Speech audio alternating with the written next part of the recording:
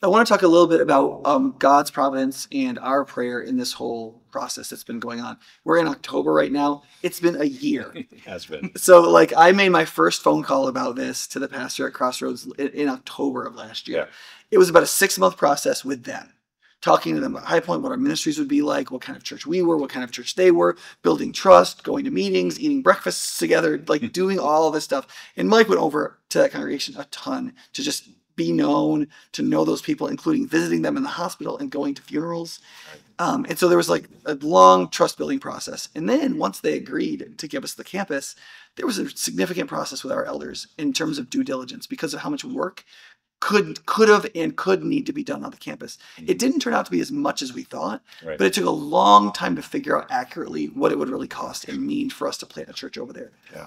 And so after this whole process, some of the things that I think are real evident to us is in the last year, 2 churches that were closing, they had the faith to tell us they thought we could plant a church, right? Even though we may not have thought we had the faith to plant a church. Yeah.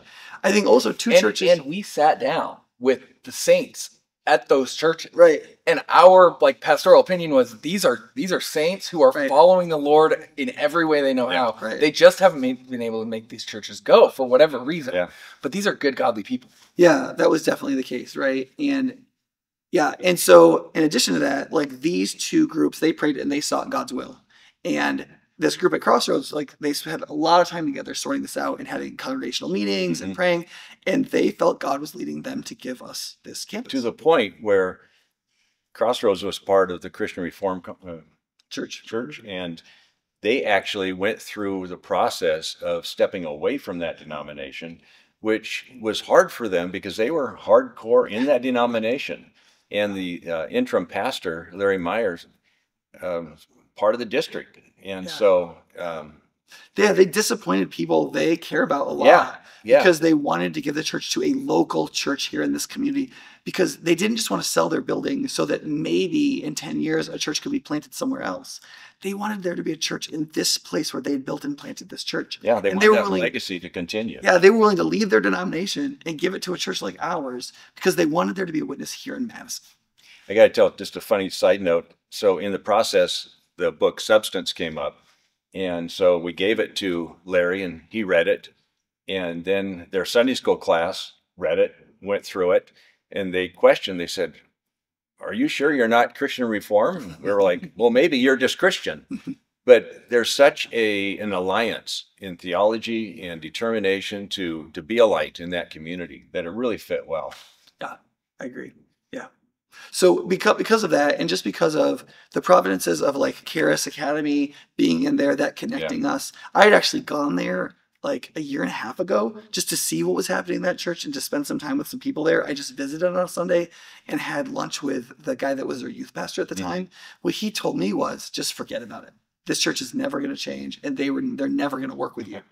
But that just wasn't God's time. And then I just waited, and then this door apparently opened again, and then we walked through it, and this time it opened, even though it still took a while. Yeah. So when I look at the providences over the last year, and even like a year and a half for me on this, and just the trust we've built over the last 15 years in this city, and as I look at over the last 5 to 7 years, how we've like given away $2.5 million, and the appraisal for that property was almost exactly $2.5 million.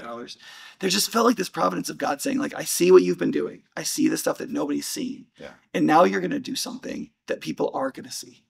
And it's going to inspire them, right? And I just feel like this is an opportunity to do what's in our standing mission, to make disciples. But also it feels like the providences of God for me are pointing us in that direction. I think it's God's leading. Yeah, I'd agree wholeheartedly. Yeah, and I agree. And I feel like it has been a long process as the elders have debated this and worked through this. And it feels like every time we've gotten stalled and it felt like, should we do this? Or it feels like there's a big risk. It feels like God has given us something. Like there's been some real tangible thing that has changed in the equation that made it like, oh, I think we should do this, right? Like whether it's like the HVAC just is going to cost less than we thought it was, or just conversations with particular people at the right time. At each one of those moments where we've gotten stalled, it's felt like the Lord has come in and providentially given us something that's encouraged us to move forward and given us a way, given us what that next step ought to be. Yeah, the process of being good stewards and sort of like entrepreneurial missionaries. Like the apostolic calling and the sort of like pastoral calling of caring for what's there. That kind of like second missionary journey. Barnabas wanted to go back and caring for churches and being careful about to steward the sheep Christ has given us. And that apostolic, like Paul, like I want to go preach the gospel where it's never been preached before. That tension is very real for us. And so, but that brings us to something else about like, is this going to just be good for them or is it going to be good for High Point too? And we're going to talk about that too.